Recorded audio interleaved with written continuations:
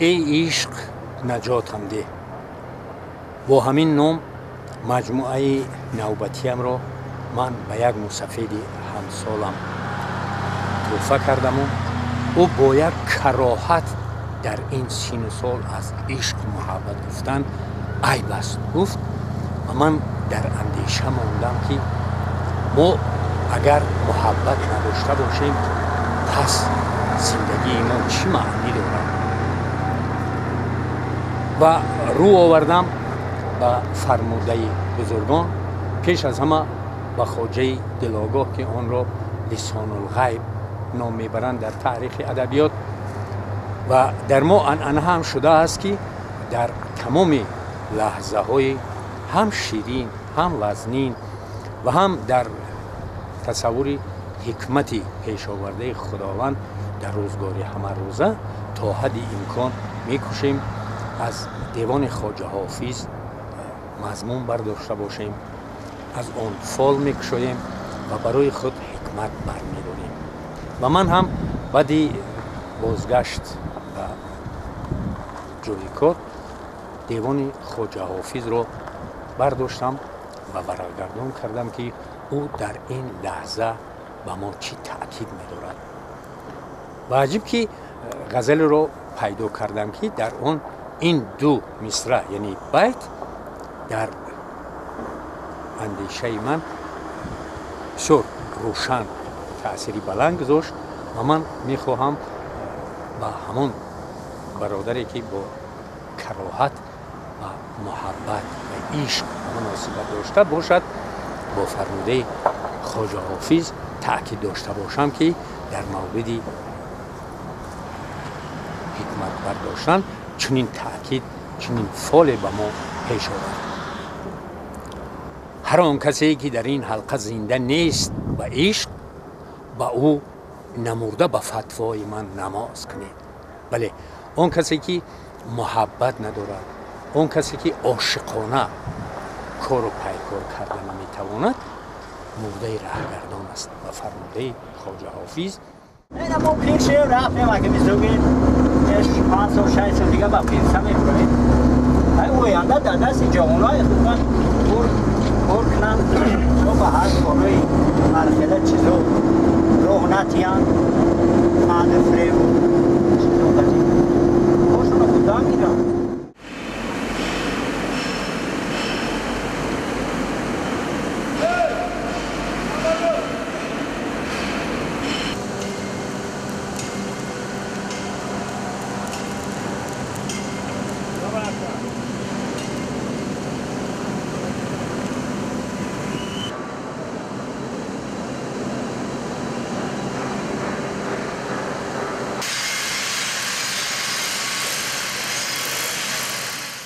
بعد دامن 800 سال حضرت لایق یکی از شاعران موفق ترین زمان خیش در حوزه فارسی دری تاجیکی استاد روانشاد لایق در این راستا می‌فرماید که محبت مصدر رشد و کمال است راه پیمان نه راه قیل و قال است اگر در عشق بندی دل نسوزد کشاد بند مشکل ها محال است. بله مثال رویاروی فرموده این نماینده بزرگی ادبیاتی عصر 20 و آغاز عصر 21 را ما در اعمار کاخ نور میبینیم که وقتی تاجیکستان اکنون از جنگ شهروندی برون گشته بود و نه امکان مالی و اقتصاد داشت و حتی نه اندیشه های خیر و نیک همسایه‌داری کاری را آغاز کرد که اصلا به افسانه برابر بود. این را دیگر با امکانیت های مالی و اقتصاد و دیگر اندیشه های خیر و نیک هم راه اندازی کردن برای چنین یک زمانی پر از خشونت های خرد و بزرگ دور و نزدیک کمبود و نارسایی بی حد حدود راه اندازی کردن نهایت مشکل بود اگر محبتی پرسوزی و تنداری به جوش نمی آمد. آرزوی دیرینه من از خردی آرزو داشتم که نیروگاهی را اون و کار کنم و همین هم شد.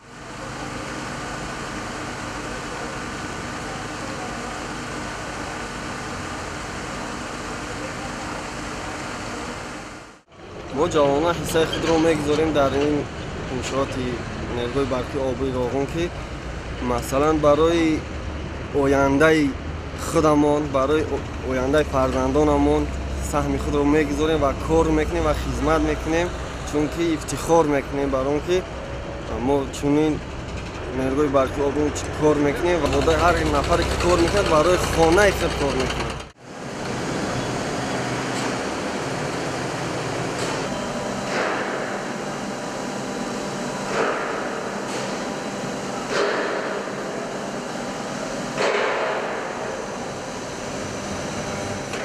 ما با پراگی گفته میتوانیم که تا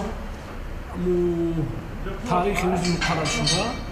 از عهده کار میبرایند کارمندان ما و صفت کار تحت نظارت است. دائما هر یک وجب کار میکردگی تحت نظارت است و به نظارت هیچگاه گذاشته نشده است.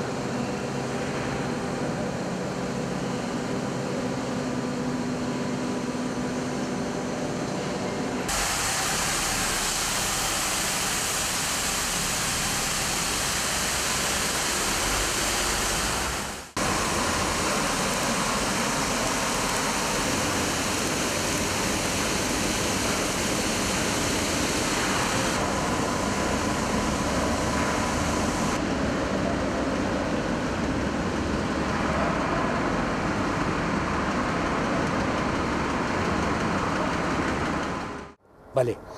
اکنون ما میبینیم که محبت حقیقتا هم سازنده بنیادگذاران تمام کمبود و نارسایی هایی که رویارو پیدا میشوند از دور و نزدیک تحمیل میگردند، اون رو با یک جوش و خروش سازنده پر از محبت و کشور و زندگی خویش و پسابندان بنیادگذاران کاخ نور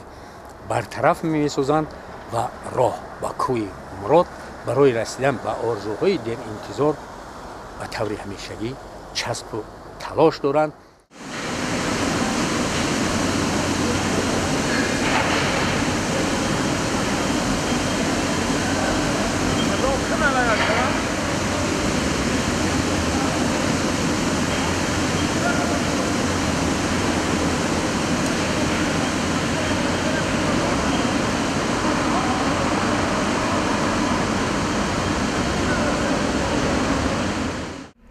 کادرهای خودمان،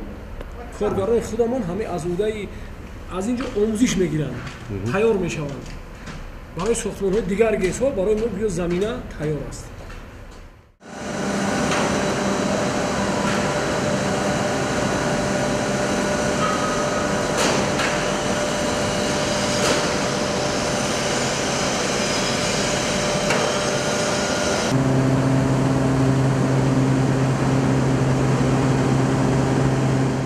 همه روزه اینجا شاهد می شویم که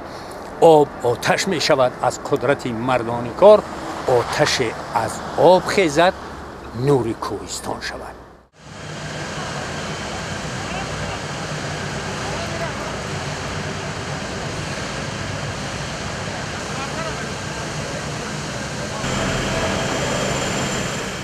در این موضع با دل پر با سر بلند فرموده بسیار شیرینی حضرت مولوی را چون یک آرزوی شیرین، چون یک تمنای با پرواز افسانه خواندن زندگی ساکنان گذشته و امروز و آینده با در پشتیبانی این عملی رویاروی سازنده و بنیادی و کشورساز و ملت‌زا تکرار میکنیم که آفتابا بار دیگر خانه را پر نور کن، دوستان را شاد گردان،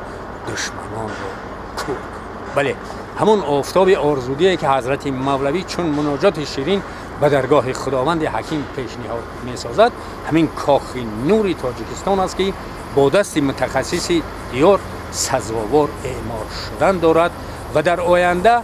پشتیبان آبادی و آزادی و رسیدن به آرزوهای هزار ساله ما را دست گیر است و تمام شرایط امکانیت ها را امکان فراهم می آورد که آرزوهای هزار ساله ما سزاوار در عمل جاری شود.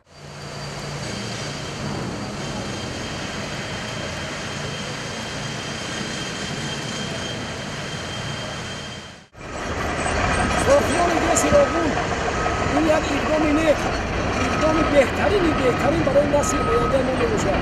شکلی که میگویم یک مسافر میهال شیلانی میکرد، جوان دیده اون را پسند کرده گفتا خم گشته کمانوار میهال با تو چی نکن،